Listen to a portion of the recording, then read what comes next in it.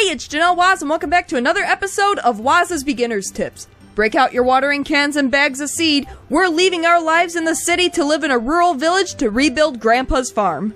I'm a pretty big fan of the series Harvest Moon, or Story of Seasons, depending on which company releases the games and what year it is. Yeah, it's weird. So any opportunity to talk about one of my favorite game franchises on my channel is always welcome in my book. So today, we're talking Harvest Moon. But before I go any further, make sure you subscribe to my channel. I talk a lot about Star Trek, video games, and whatever else I feel like talking about. Be great to have you aboard. Arguably, one of the best Harvest Moon games is Harvest Moon Back to Nature, a game that's not only a remake, but also has a couple of remakes of itself. Though it's a PS1 game, and PS1 isn't my favorite system, I find myself coming back to Mineral Town all these years later and getting back to nature. And since it's now available on the PlayStation Store, newcomers have easy access to this gem of a game without investing in an original PlayStation, PS2, or even a PSP. And to all the newcomers out there, I present to you my beginner's tips for Harvest Moon Back to Nature. And if you happen to find yourself playing one of the Back to Nature remakes, Harvest Moon Friends of Mineral Town, or the girl version More Friends of Mineral Town, Harvest Moon for Girl, and even Story of Seasons Friends of Mineral Town, a lot of these tips will come in handy for you too. And, of course, these are just guidelines to help you get started. You may end up tailoring my tips to your style of playing, and that's totally fine. These are just some things to keep in mind as you're starting up a new game of Back to Nature. So, with that out of the way, let's go make Grandpa proud and rebuild his farm.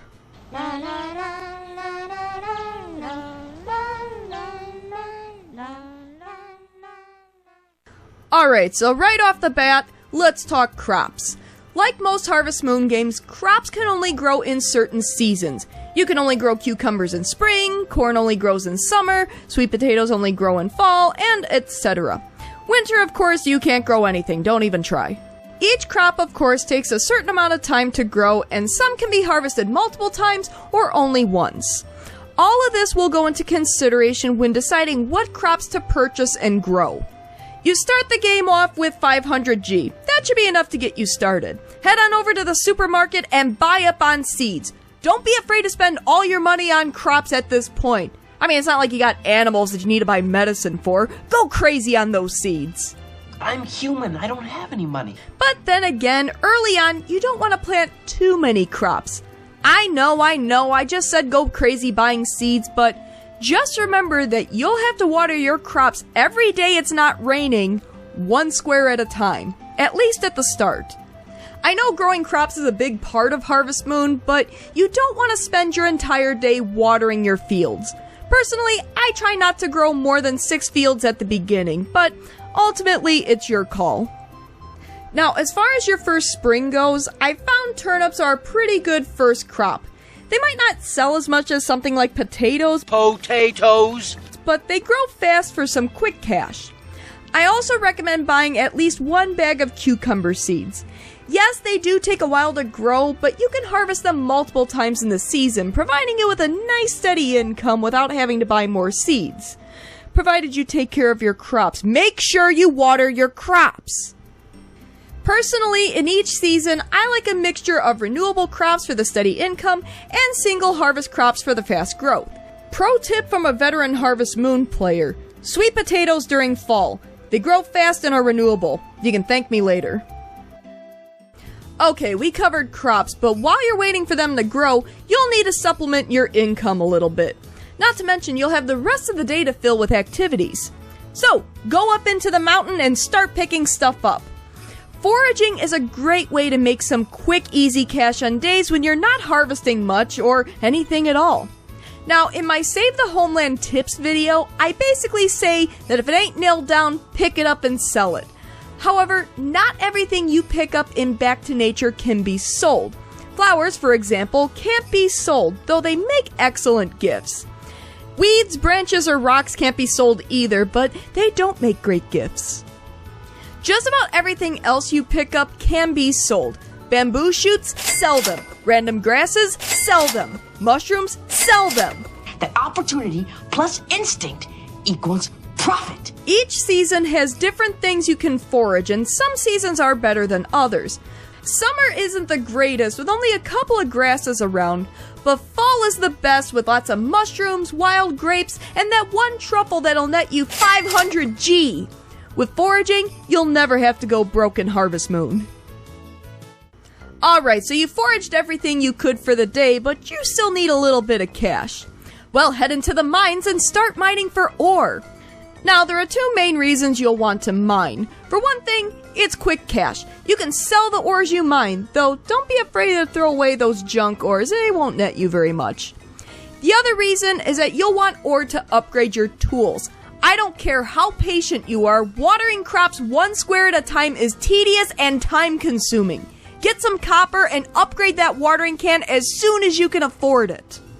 Here's another pro tip. Take your watering can in after you've watered your crops the day before it rains.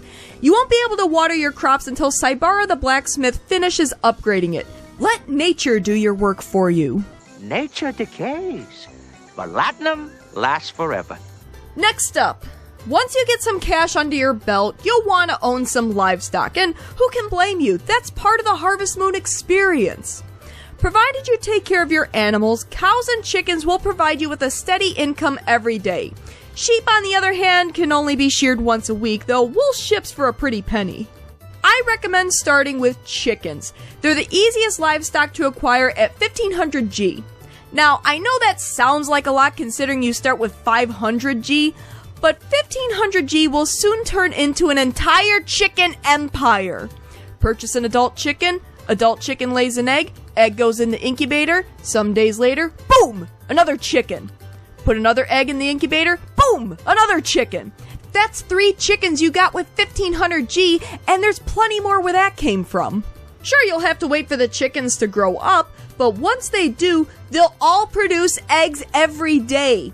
At 50 G an egg with 3 chickens, you can recover your losses in about 10 days. While you should get some cows and sheep eventually, you can go a while without them. They can be a little pricey to get started. Chickens, however, are a great entry-level livestock. Pro tip from a veteran, get chickens early on so you can raise their level enough for the chicken sumo game at the chicken festival. If your chicken wins, you'll get golden eggs from that chicken, and 150 per golden egg. Now, I know you probably want to embrace your inner Ferengi and accumulate profit, but you just can't sit at your farm all day every day. I mean, you can, but the mayor tells you up front if you can't get along with the villagers, you'll have to leave. So no, being an antisocial farmer is not on the table. Besides that, part of the fun of Harvest Moon is getting to know your neighbors, romancing the local singles, getting married, and starting a family. Now, of course, the most obvious way to befriend people is giving them gifts that they like, but that's not the only way. I mean, it's probably the quickest way, but it's not always feasible to give everyone in town gifts. Simply talking to the other villagers when you run across them in town will raise their friendship level. It might not be much, but over time, you'll accumulate friendship with them and even trigger special cutscenes. Attending festivals will also help your friendship level with the villagers, so don't skip out on festivals. Even if you're not participating in a contest, go and talk to people anyway. Become a pillar of the community! Back to Nature also has 5 lovely ladies that you as the single male farmer can woo and eventually marry. Learn your girl's likes and dislikes and make some time to give her gifts every so often. After all, you'll need a date to some of those festivals. Flowers make for easy, cheap gifts early on, but I'll admit to springing for a bottle of wine for Karen, the daughter of the local supermarket owner. It set me back a little bit, but she's worth it. You'll eventually trigger heart events with your girl, which will raise her heart meter. Provided you answer correctly, of course. Do that, and you'll be hearing wedding bells in no time, fellas! We're getting married! Yes!